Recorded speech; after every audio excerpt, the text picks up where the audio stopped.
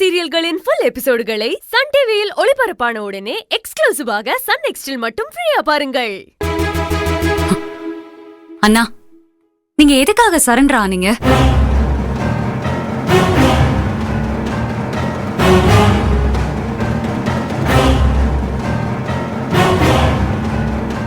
உங்க அப்பா உள்ள இருக்க கூடாதுன்னு தான் நான் சரண்டர் ஆனேன்.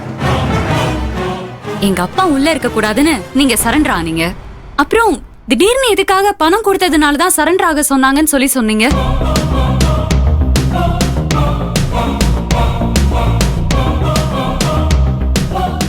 எனக்கு வேற வழி தெரியல தங்கச்சி. பெரிய பிரச்சனை ஆயிடுச்சு.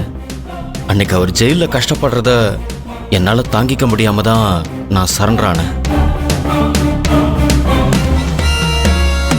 ஆனா வெளியில நடக்கிற பிரச்சனையில உண்மையை என்னால சொல்லாம இருக்க முடியல. நாளைக்கு ஹாஸ்பிட்டல்ல இருக்கிறவன் செத்துட்டான்னா நிரந்தரமா என்ன உள்ள வச்சிருவாங்கன்னு சொன்னாங்க. ஹாஸ்பிட்டல்ல இருக்கிறவனை வேற யாரோ கொலை பண்ண பார்த்துருக்காங்கம்மா. அதனாலதான் நான் உண்மையை சொல்லிட்டேம்மா. உங்களுக்கு யாரு பணம் கொடுத்தது?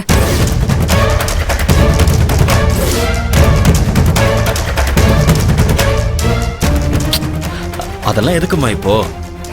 நான் தான் உங்க அப்பாவை காப்பாத்த உள்ள வந்துட்டேன்ல, அதை விட்டுறேன். இல்லனா உங்களுக்கு யாரு பணம் கொடுத்தாங்கன்னு என்கிட்ட சொல்லுங்க.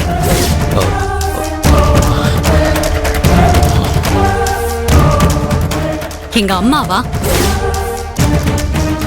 இல்ல உள்ள இருந்த எங்க அப்பாவா? அவங்க ரெண்டு பேருமே இல்லனா என்னோட அண்ணனா? உங்களுக்கு யாரு பணம் கொடுத்தா?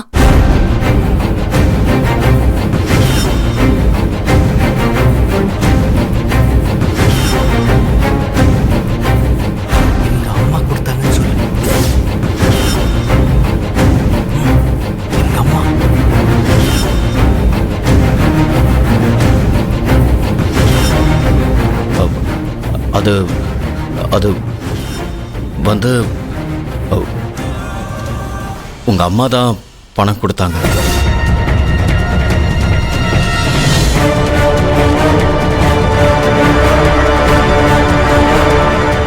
அப்படியா? எங்க அம்மா தான் உங்களுக்கு பணம் கொடுத்தாங்களா?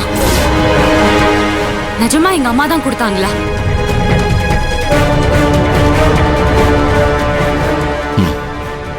ஆமா.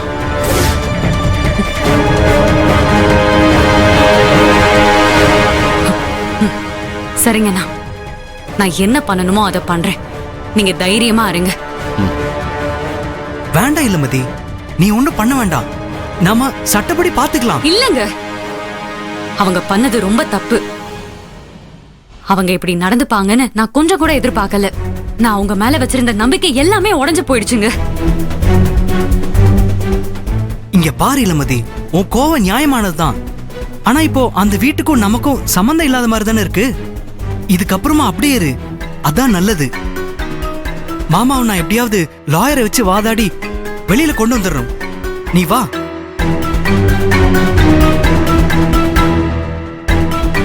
அண்ணா, நீங்க கவலைப்படாதீங்கண்ணா, உங்களை நாங்க கண்டிப்பா வெளியே கொண்டு வந்துடுவோம்.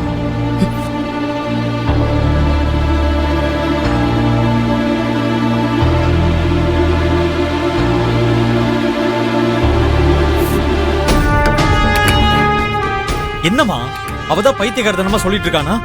நீங்களும் ஃபேக்டரி திறக்க வேணாம்னு சொல்றீங்க. அவன் தான் எல்லாத்தையும் பண்ணிட்டு உள்ள போயிருக்கான். இப்ப போய் யாரை நம்ம கண்டுபிடிக்கிறது? அவசரப்படாது சூர்யா. நாம தப்பு பண்ணவே இல்ல, பணமும் கொடுக்கல. ஆனா நாம தான் பணம் கொடுத்தோம்னு சொல்லிருக்கான்.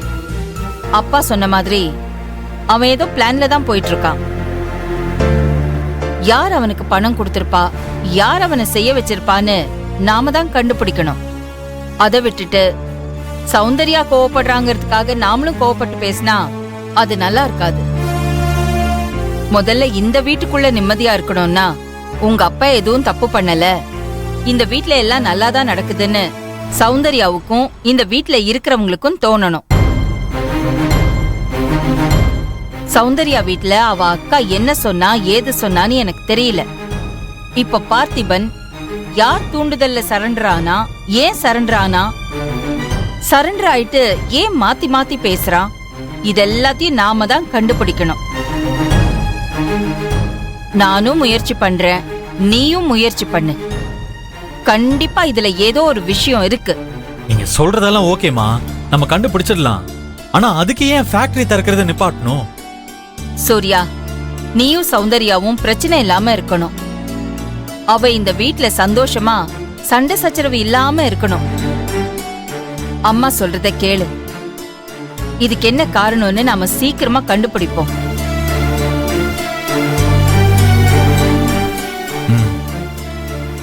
சரிம்மா, நீங்க சொன்னபடியே செய்யறேன்.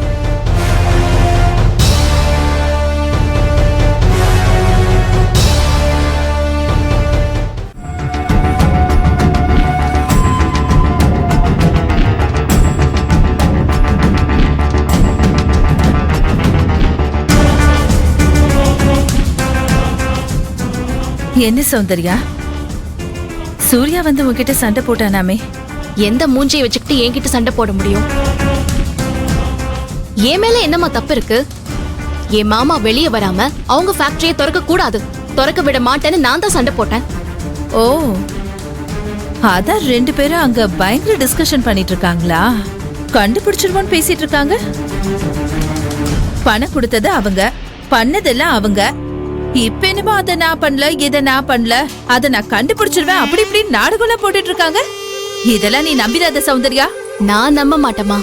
இப்ப ஜெயில இருக்கிற என் மாமாவே வந்து இவங்க பணம் கொடுக்கலன்னு சொன்னாலும் நான் நம்ப மாட்டேமா. இதே மாதிரி உடம்பு புடியா பிடிச்சு ஃபேக்டரிய திறக்க விடாத. ஃபேக்டரிய திறக்க விட்டுட்ட அப்புறம் நீ டம்மி பீஸ் ஆயிருவ.